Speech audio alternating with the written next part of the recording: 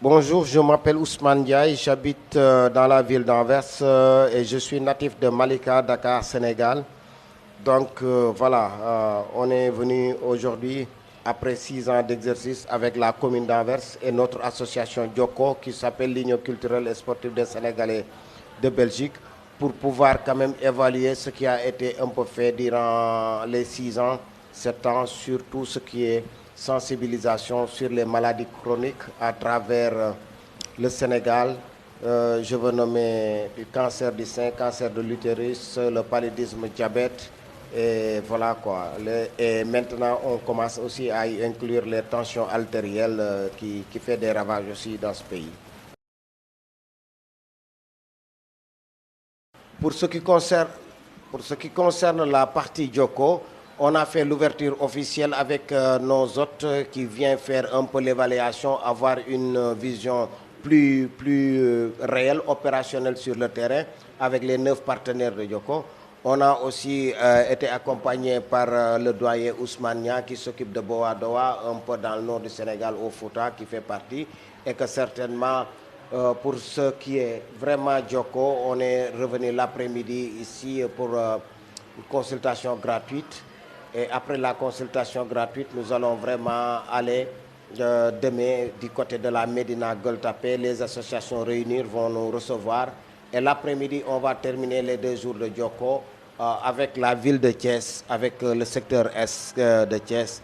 Et comme ça, le programme continue avec nos amis du Nord, Fouta, et ensuite ils vont faire une descente au Touba avec Serigne Abdoulaye Mbaké avant de continuer leur péripétie vers la petite côte Mbour. Pour le partenariat entre les 2 villes, moi je vais d'abord dire que Malika est une commune comme d'autres communes qu'on va visiter.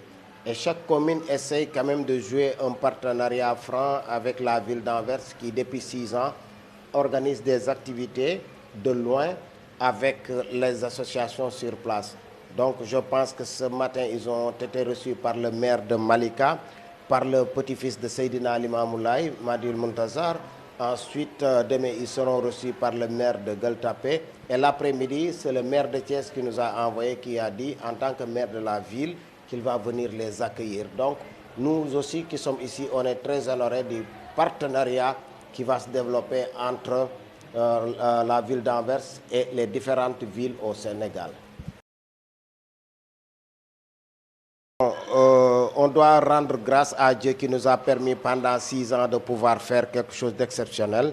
Et durant les 6 ans, nous avons quand même consulté beaucoup de personnes. Nous avons aussi référé beaucoup de personnes malades dans d'autres secteurs.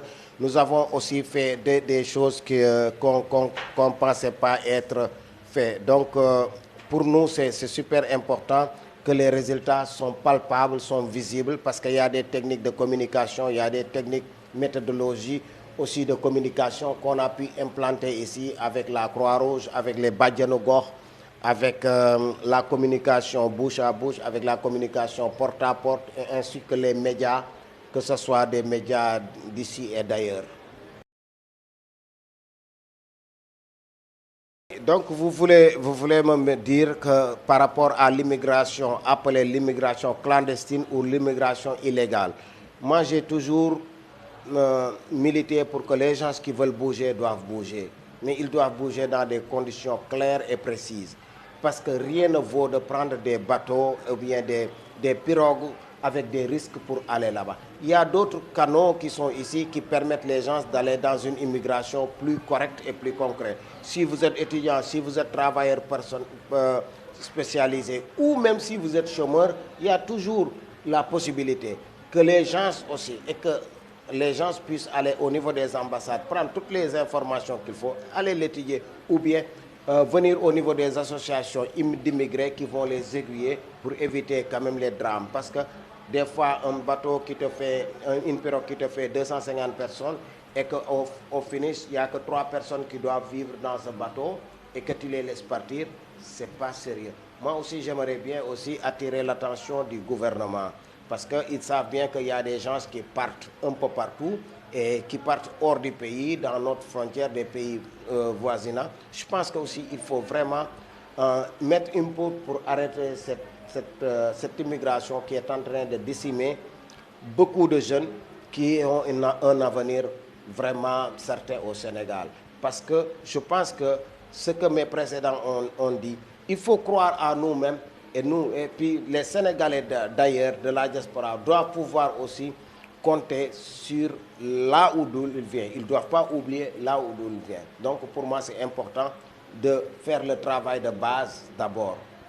Éviter un peu des communiqués qui disent que tout le monde peut. Parce qu'à la fin, une mauvaise communication pourrait induire aussi. Parce que si jamais on dit que ouais, on a retrouvé 3 bateaux, 3 pirogues, 4 pirogues, 5 pirogues, mais les gens qui ne devaient pas partir disent que c'est leur période de partir aussi. Maintenant, s'ils avaient fait ça et ensuite que ces gens-là doivent être vraiment conscientisés sur le danger, mais bon, ce serait plus. Mais il faut mettre une communication plus stricte par rapport à cela, mais plus intelligente pour l'immigration clandestine, à mon avis. Message et partenariat pour l'association, c'est un peu difficile quand même. Parce qu'on est parti avec 4 associations. Maintenant, on se retrouve avec 9 associations. Croyez-moi, ce n'est pas difficile. Nous-mêmes, on est appauvris par l'associatif. Parce que tout ce que nous voulons pour la réussite des activités, on le met dedans. Mais c'est comme ça. On a le cœur avec nous là où on est. Donc, pour moi, c'était mon dernier mot de dire tout simplement un grand merci à la commune d'Anvers, un grand merci à Mme Sabine de Milder qui était aussi présente depuis 2007, à Nela Verschkelen aussi qui est sa collègue et qui est aussi présente depuis, et Ousmane Nia qui est aussi un doyen de la ville d'Anvers et qui va continuer le projet du côté du nord du pays, en l'occurrence Fouta, dans le Fouta. Je vous remercie.